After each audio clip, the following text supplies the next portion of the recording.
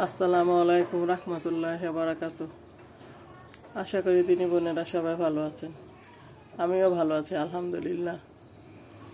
পাখিটা আকাশে উড়ে, বাতাসে ঘুরে, আশেপাশে তা ঘুরে, আবার যখন খাবারের কথা মনে হয় আসে, জানালার মধ্যে টুক টুক টুক টুক করে।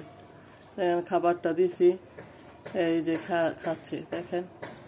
আসলে আল্লাহ মানুষ যেমন সৃষ্টি করছে, প্রত্যেকটা জিনিস কোনো না কোনো কারণ ছাড়া সৃষ্টি করছে না। এগুলি চিন্তা করলে, এগুলি ভাবলে নিজে মনে হয় একবারে ছোটোর চেয়েও ছোট। আসলে আমরা পাখি হয়ে গেলে আমাদের হিসাব হইলে না, কোন জবাব দিতে সুন্দর হইতো, প্রশ্ন করলে সুন্দর হইতো, কিন্তু আমরা তো মানুষ, আমাদের দোষ বেশি, আমাদের পাপ বেশি, আমাদের গুনাহ বেশি।